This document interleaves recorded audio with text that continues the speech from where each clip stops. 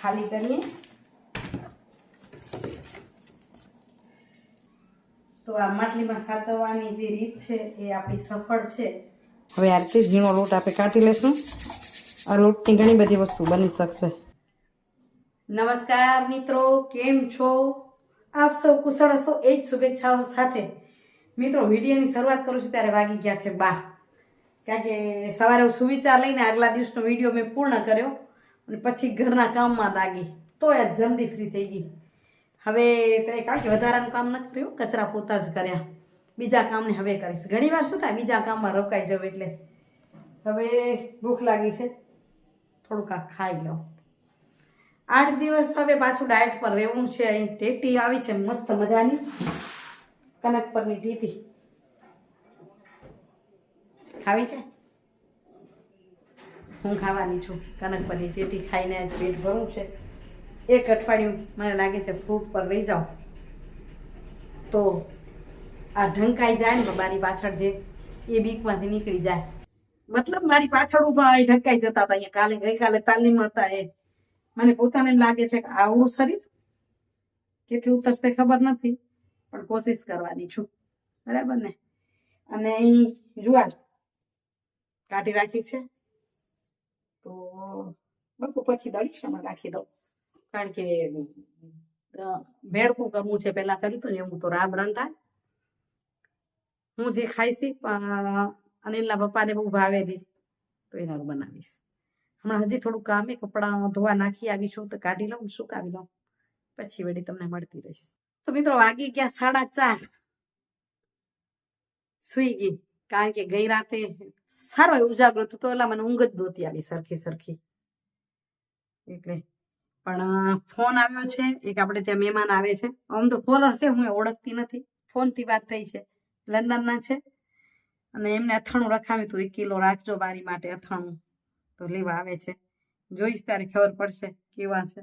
હશે તમને બતાવીશ, હા પાડશે તો. આ છે માનકુવાના રતનબેન અને રવજીભાઈ ને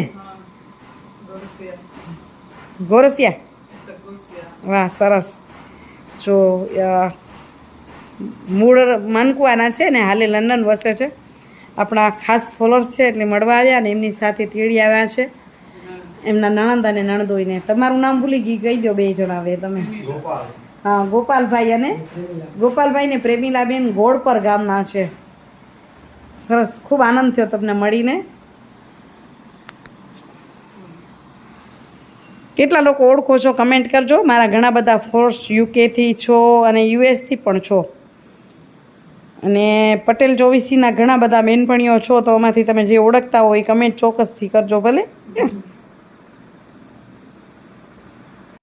તો મિત્રો વાગવા આવ્યા છે 6:45. અહીં મહેમાનોએ રજા લીધી. મારી માટે શું લઈ આવ્યા હતા બતા? આ લંડનનું છે ઓરેન્જ. એમ કહેતા હતા કે આમાં ટીકડીઓ હશે. 1 ગ્લાસ પાણીમાં 1 ટીકડી નાખવાની, પીવાનું, એટલે એનર્જી ડ્રિંક જેવું થઈ જાય. એ શું આપી ગયા છે તે. બરાબર. બીજોરાના ખાવાના પૈસા ઢંકાઈ જાય. 260 રૂપિયા આપી ગયા એટલે મેં કીધા કે લાગ્યા એટલા છે, લાગે તો લેવાના, શું કરી. પૂરતા આપી ગયા, આપે લઈ લીધા. હવે કરવાની, મને પીસવાની તૈયારી કરું છું. ત્યાં સુધી સાહેબ પણ આવી ગયા. સાહેબ થેલો મૂકીને નીકળી ગયા વાળ કટિંગ કરાવવા. અહીં જઈને આવ્યો તો એક ભેટ આપી ગયો, મિક્સર.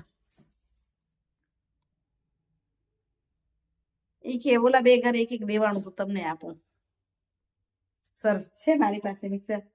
પણ પ્રેમથી જે દાન મળે એ લાખનું, પ્રેમથી જે ભેટ મળે એ લાખની કે 1.25 લાખની, જે કયો એ. હવે પીસી લઉં. દિવસ આ થમવાની તૈયારી થઈ ગઈ. કારણ કે મહેમાન આવ્યા, ખાસી વાર બેઠા અને 2 કલાક સુઈ જાઉં એટલે ઘણું કહેવાય. કામ મારું ઊભું થઈ રહે. હવે એ મિક્સર આવ્યું નહીં વાપરી, અહીંયાનું જૂનું મિક્સર છે, કાઢું ને રાબને પીસી લઉં. બીજું કંઈક નવું કરવું હોય કરી લઉં. આ જો જુવારની 2 બોટલ હતી તો 1 બોટલ જો આ રીતે મેં અધ કચરી પીસી લીધી મિક્સરમાં. હવે છે ને એમાંથી લોટ કાઢી નાખી.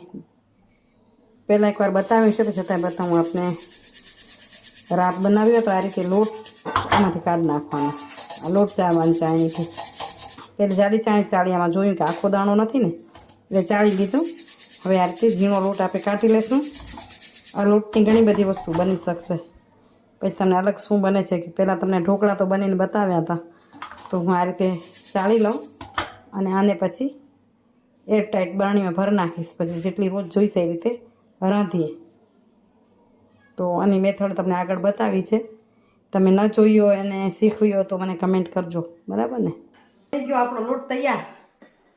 દાળો જુઓ, આમાં એરટાઈટ ડબ્બામાં ભરી દઈશ. રોજ જોઈશે આટલો ઘણો થઈ જાય એમને તો રાંધવામાં. પલાળી રાખવું ને. કોઈ ફોલોઅર્સના ફોન આવ્યા લાગે છે. હવે બતાવું તમને. સાહેબ આવી ગયા છે. અહીંયા જો સાહેબ વાળ કપાઈ આવ્યા છે. કોઈ ફોલોઅર્સનો ફોન આવ્યો હતો. કિયા બેન યાદ કરતા હતા કે રીના બેન? કામિની બેન હતા. અચ્છા, મુંબઈ બેન. જેસુ પરીખ. અચ્છા, એમને અથાણું મંગાવ્યું છે, તો એમની સાથે વાત. એમના પેમેન્ટ આવે તો એના માટે કહેતા હતા. ચાલો હવે જુઓ, તમને એક ટિપ્સ આપી હતી મેં કાંદા લસણ સાચવવા માટેની. તો આપણું આ લસણ છે ને એને ખોલીએ કેવું રહ્યું છે. 1 વર્ષથી આપણે અમે બાંધ્યું છે. 11 મહિના પૂરા થઈ ગયા બાંધ્યું હતું એને. હવે અંદરથી કેવું નીકળે છે હું એ જોઉં, કેટલી કારગત નીવડે છે ને તમને પણ ખબર પડે, બરાબર ને? જો આપણે આ રીતે નાનકડી માટલીમાં બાંધી રાખ્યું હતું. મોટું માટલું નહોતું એટલે તમને મેં કીધું ને કે આ રહે છે સારું. આપણે તો અખતરો પૂરો કરવાનો.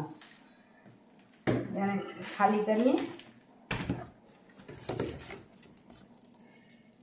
સરસ પડ્યું છે, કડક જ પડ્યું છે.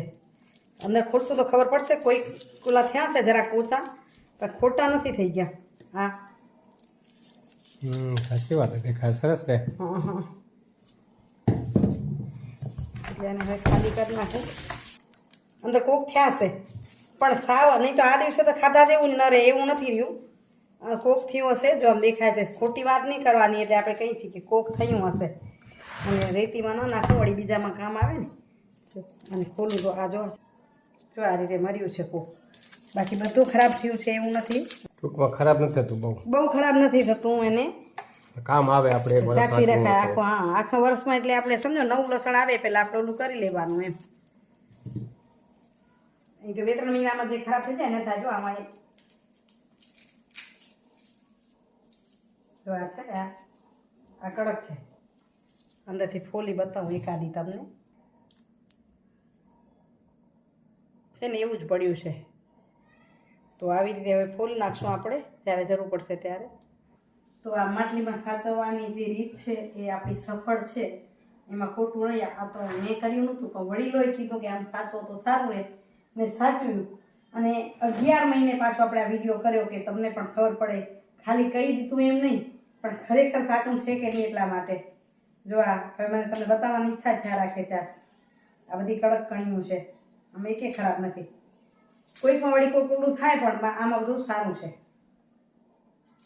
તો આ ટિપ્સ કેવી લાગી કમેન્ટ કરીને જરૂરથી કહેજો.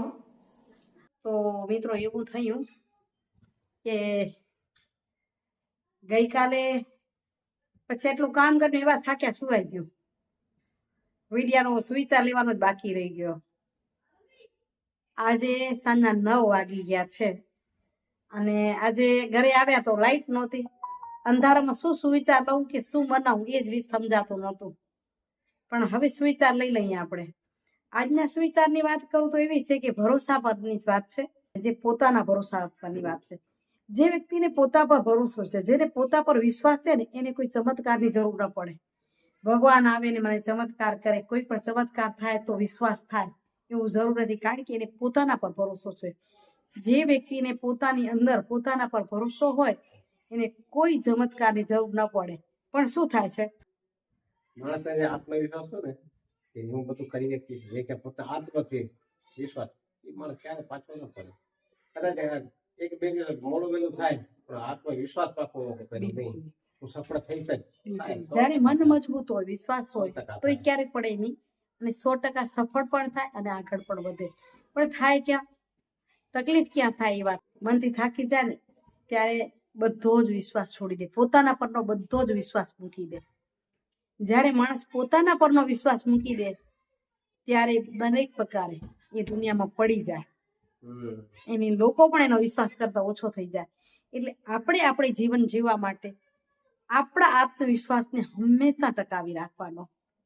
ક્યારેક તૂટે ને માણસી તકલીફ આવે, બધા જ દિવસો સરખા નથી હોતા. ક્યારેક નબળા દિવસો આવે, થાકીએ ને, વળી પાછું એ મનને કહેવાનું, તું તો મજબૂત છો, તું આગળ વધ. કદમ જેટલા આગળ ભરશો એટલે પીઠમાં ભગવાન ઉભો જ છે વિચારવાનું. ચાલ ઉઠ આગળ ચાલે આપણે ઉઠો એટલે વ્યવસ્થા છે. તો મિત્રો આ વાત સાથે અહીં વિડીયોનું એન્ડિંગ કરું. કાલે મળીશ સરસ મજાના બીજા વિડીયો સાથે. પણ આજનો વિડીયો કેવો લાગ્યો કમેન્ટ કરીને જરૂરથી કહેજો હો. અને આજની ટિપ્સ આશા રાખું છું કે તમને ગમી હશે. અત્યારે લસણ ડુંગળી આવી રહ્યા છે તો એને સાચવવા પડશે. તો આ રીતે સાચવશો તો ખરાબ નથી થતા, એ આપણું પાકું થઈ ગયું. બરાબર ને? હા, ગેરંટી આવે. હા, હા, થોડી ઘણી 11 મહિના સચવાય એટલે થોડું ઘણું કદાચ ઓલું થાય, પણ ન થાય. નહીં ખરાબ ન તો થાય. હા, દિવાળી પછી નહીં તો લસણ તમે ફોલતા હો તો બધાને અનુભવ હશે, અંદર એકાદી કણી સારી નીકળે તો ભલે, નહીં તો કચરો જ નીકળે. તો અહીં કચરો નથી થયો. બરાબર? એ ટિપ્સ ગમી હોય તો વિડીયો લાઈક કરીને શેર કરજો. આવજો મિત્રો. જય શ્રી કૃષ્ણ, જય જય ગરુ ગુજરાત, જય ભારત અને જય હિન્દ. Bye bye. હરિઓમ. જય માતાજી, જય દ્વારકાધીશ. માગે 30 ના ભાગે 20 આપે દ્વારકા 30. માગે 20 આપે 30 એવા આપણા દ્વારિકા દીશ.